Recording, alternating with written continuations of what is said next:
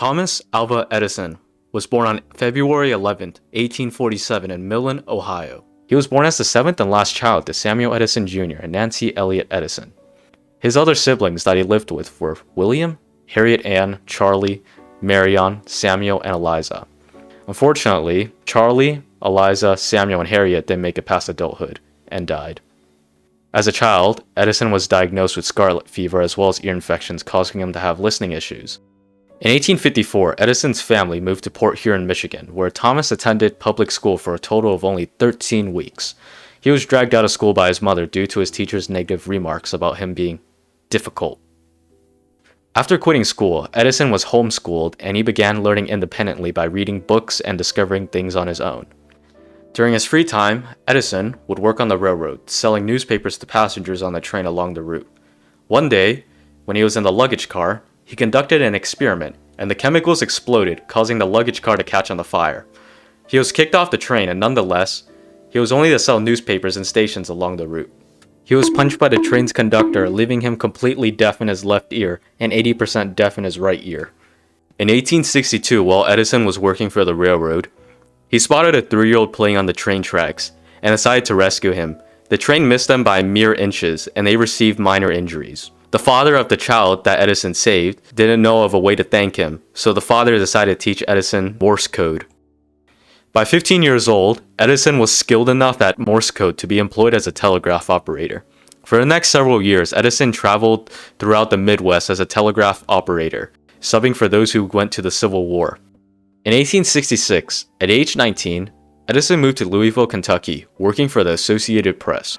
However, as technology for the Morse code advanced, Edison was unable to keep up with it due to his hearing disability. He quit his job, realizing that he had fewer opportunities for employment, and in 1868, he returned back home. Edison didn't lose all hope yet. In 1869, when he moved to New York City at the age of 22, he developed his first invention. It was an improved stock ticker called the Universal Stock Printer, and the Gold and Stock Telegraph Company was impressed with the invention that they paid him $40,000 for the rights. With this success, he quit his job as a telegrapher and devoted himself to inventing. In the 1870s, Edison acquired a reputation as an inventor. He set up a small laboratory and manufacturing facility in New Jersey, and he married one of his workers, who was 16-year-old Mary Stilwell. Throughout his entire career, Edison held a world record of 1,093 patents. Although he was notorious for stealing ideas on his most famous inventions, he still managed to get away with it. Thomas Edison may have made many patents, but I will only be introducing 3 patents because they are the only ones that hold up in today's modern society.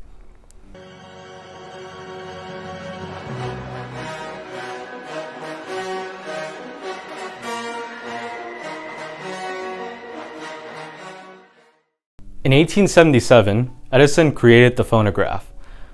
The phonograph, according to Edison, was a machine that recorded whatever it heard and would play back whatever it was heard. This gained Edison worldwide fame, although he wasn't the first one to record sound. To this day, we still use recorders, and recorders are useful during music sessions, phone conversations, or just making a video. And nowadays, we just use our phones to record sound. In 1879, Thomas Edison would create what would be one of the most famous inventions of all time, the light bulb. Well, considering that the light bulb wasn't actually made by him, it was actually only perfected by him because scientist Joseph Swan already created a light bulb earlier. But then the material that Joseph Swan used was carbon, and the carbon filament was so thin that the light bulb only lasted 13.5 hours. Thomas Edison, he used bamboo filament, which made the light last 1,200 hours. I'm in a hotel room and it's 4 o'clock and both my parents are sleeping, so I have to be extra quiet.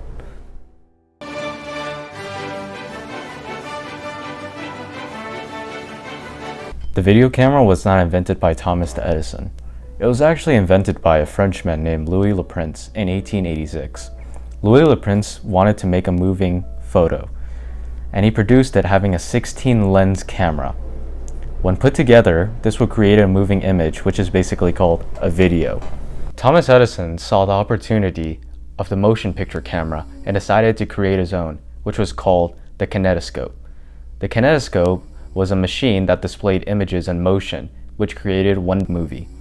You might be asking, how come Thomas Edison got all the fame for his so-called invention and Louis Le Prince was forgotten? You must keep two things in mind. After Thomas Edison created the phonograph, he was popular around the world. Louis Le Prince, however, was a man that not much people heard of. And after creating his invention, he wanted to patent it in the United States, but however, disappeared in 1890 mysteriously. This left Edison with all the advantage of taking his ideas to make his own motion picture camera.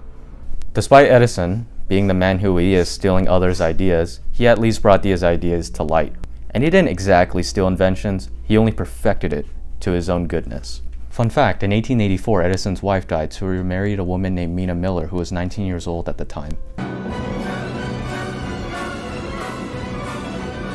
I really wouldn't want to say that this was one of Thomas Edison's inventions because it wasn't, but there was a time in 1903 when he strapped electricity to an elephant and electrocuted it to death just to describe the dangers of alternating current. Not so fun fact, he got away with killing an elephant. Eventually, after many patents later, Edison died on October 18, 1931 at the age of 84 due to health complications in West Orange, New Jersey. Although Thomas Edison is a complete mad lad, he remains one of the most important people in modern American history. Despite the hate that gets thrown to a man who's a literal skeleton right now, without him, the course of history would have changed significantly.